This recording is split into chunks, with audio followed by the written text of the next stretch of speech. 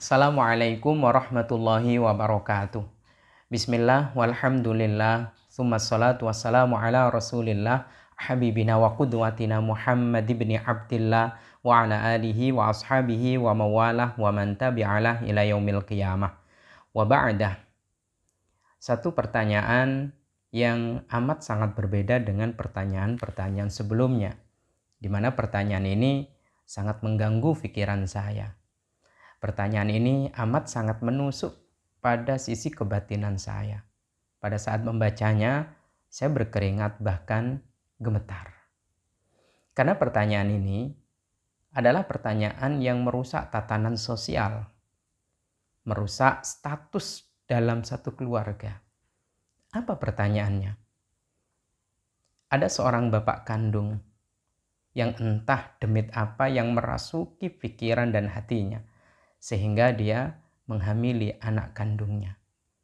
Maka kita berdoa, Allahumma sallimna, ya Allah selamatkan kami dan keluarga kami, anak cucu kami. Amin. Allahumma amin. Na'udzubillahi min syarri dzalik. Semoga Allah melindungi kita, menjauhkan kita dari perbuatan yang buruk, sangat buruk itu. Amin. Allahumma amin. Singkat cerita, anaknya hamil. Ditutup dengan rapat dan rapi. Namun menyimpan dan menutup rapat keburukan untuk disembunyikan itu ibarat menyembunyikan bangkai.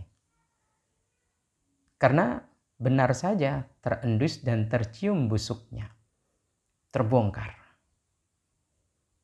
Lalu kemudian terjadi kehebohan. Saya katakan tadi merusak tatanan sosial. Siapa yang tidak terbelalak matanya? Siapa yang tidak ngelus dodo bahasa orang Jawa? Lalu mengucapkan istighfar dengan peristiwa ini. Peristiwa yang mungkin pelakunya itu tidak bisa disetarakan dengan binatang, namun melampaui binatang keburukannya. Nah, yang ditanyakan adalah satu, bagaimana status anak yang dihamili oleh bapaknya tersebut dengan bapaknya. Yang kedua, bagaimana status anak yang terlahir dari hubungan bapak kandung dengan anak kandungnya tersebut. Tapi sayangnya hingga saat ini saya belum mendapatkan jawaban. Ketika saya bertanya balik, ini kasusnya bapak suka sama suka dengan anak ataukah bapaknya yang maksa. Dalam tanda petik biasanya kita mengenal diperkosa. Belum dapat, tapi status tentang anak dan status anaknya itu sendiri dengan si bapak bagaimana, saya yakin tidak ada beda. Nah, ketika kita rujuk ke dalam fikih Islam, bagaimana para ulama menjabarkan kasus ini? Kalau dalam perspektif etika, sudahlah. Ini buruknya buruk, bahkan ini mbahnya buruk. Hinanya hina, bahkan ini buyutnya hina. Tapi sekali lagi, anak yang terlahir harus mendapatkan kedudukan dan status. Dan anak perempuan yang dihamili, yang telah melahirkan anak, juga harus jelas ini. Bagaimana statusnya? Nah, di dalam kitab Asy-Syarqawi, para ulama memaparkan dan menjabarkan hal itu. Rupanya para ulama yang meskipun jauh hidupnya di muka bumi ini karena kecerdasannya yang melampaui kebanyakan kecerdasan orang, hingga pada akhirnya yang mungkin dulu tidak terjadi, saat ini terjadi sudah diprediksi. Makanya sudah ditemukan dan disusun tatanannya, disusun konsep hukumnya.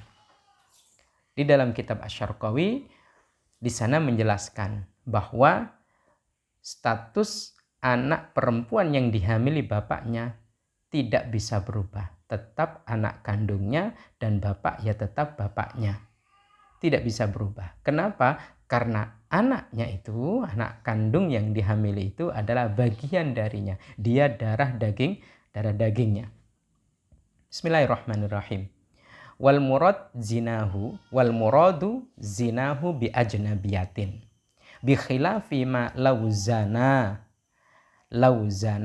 bi ummihi au bintihi au ukhtihi fa innal makhluqata minhu tahrumu alaihi. Jadi jelas, ada seseorang berzina dengan ibunya contoh, naudzubillah. Dengan anak perempuannya contoh, dengan saudara kandungnya. Ini tidak bisa terpisah, tidak bisa putus kemahromannya gara-gara perzinahannya. Karena itu makhlukah. Ya kejadiannya dari situ asal muasalnya.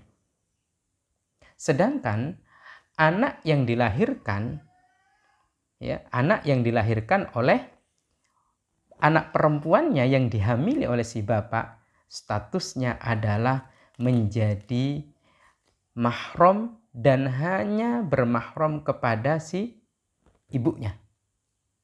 Dalam hal ini anak perempuan yang dihamili. Karena bapaknya yang menghamili adalah bapak kandungnya, otomatis juga tetap menjadi mahram.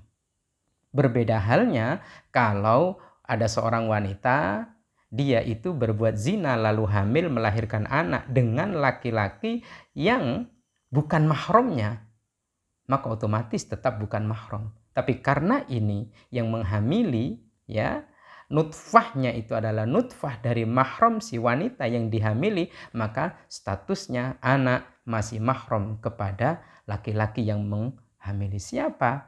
Yaitu bapaknya wanita yang dihamili. Namun, anak yang terlahir ini tidak bisa berstatus sebagai anak dari laki-laki yang menghamili, yaitu bapaknya itu. Syariat menetapkan statusnya itu kedudukannya sama dengan mbahnya, dengan kakeknya. Meskipun itu, sekali lagi, meskipun itu secara kasat mata itu adalah darah dagingnya langsung.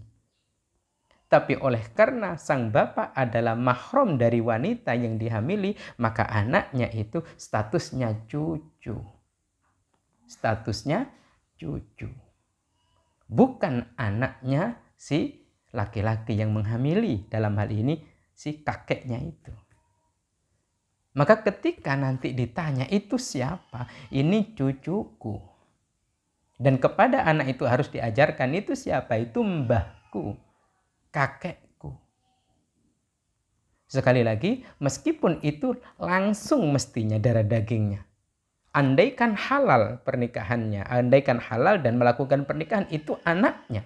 Tapi oleh karena jalannya adalah jalan lain, jalan yang tidak diridhai Allah, jalan kekejian, maka itu turun derajatnya menjadi cucunya. Dalam arti lain, kalau nanti ternyata anaknya perempuan, lalu kemudian dia hendak menikah, berarti anak ini tidak bisa langsung berwali kepada si yang menghamili, dalam hal ini bapaknya ibunya. Dia panggil ibu kepada ibunya. Tapi kepada laki-laki yang dia titipkan dengan cara haram, dengan cara keji ke rahimnya lalu jadi anak itu adalah kakeknya.